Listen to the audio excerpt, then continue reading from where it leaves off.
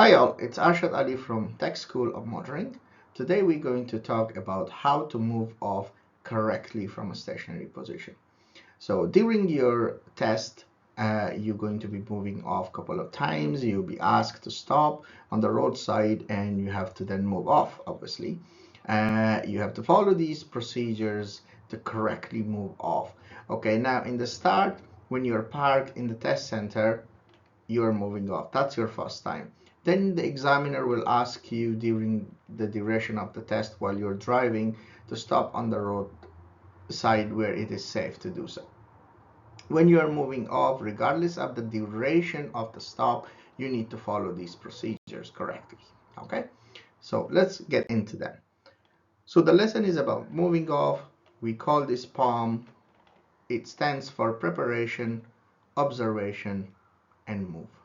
Remember this. It's coming in the sequence: preparation, observation, and then you move. Preparation. So what are preparations? The first thing is you check your right mirror. So you check your right mirror, you signal to the right because obviously you're moving away from the curb to the right.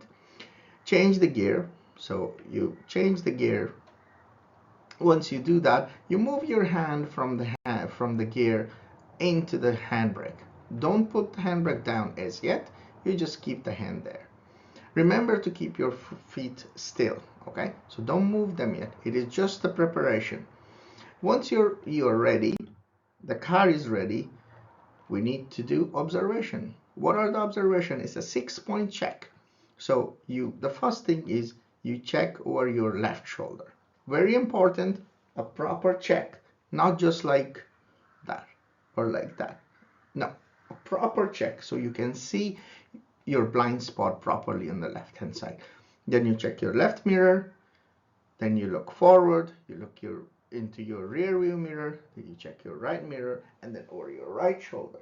Okay, again, some people do just like that or look then in the corner of your eyes. No, that's not enough. You can't see anything.